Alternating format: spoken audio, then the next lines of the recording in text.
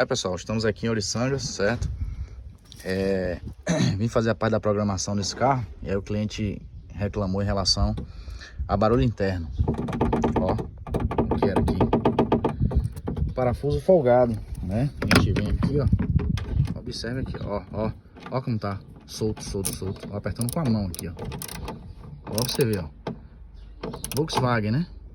A gente vem ajusta agora aqui, ó. Ajustamos e observe aqui agora. Zerou. O que tá batendo esse plástico aqui, ó. Que ele tá na minha perna. Acabou.